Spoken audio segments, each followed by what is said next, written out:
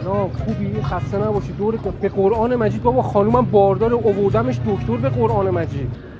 خدا وضعیتش خیلی بد بود، دیشب آوردمش دکتر. یه صبحم نتونستم بیام. حالا اگه باورتون نمیشه ببینم میذارن من راه میدن تو اتاق باش صحبت کنی. یه لحظه گوشی آقا دوری بگردم آقای رئیسم خود من اخراج بکنه. خب حقیقت میتونی صدای دختر در بیاری بگی من باردارم، گفتم خانمم بارداره فلان یکم چیش کن. رئیس جان یه لحظه گوشی حاجی جون برو. الو ببخشید آقای رئیس، من حالم خیلی بده، شکمم خیلی باد کرده. آقا پژمان الان اینجا اومده حواسش به منو آورده دکتر. ببخشید به خدا آدم بس.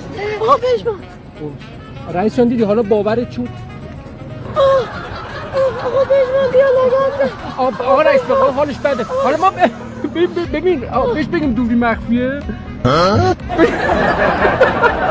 روی تو حس نقشو عزیزم داشتیم دوری مخفی میگرفتیم. سوال جان خدا فکر فقط یا اون ته داشتیم دوری مخفی.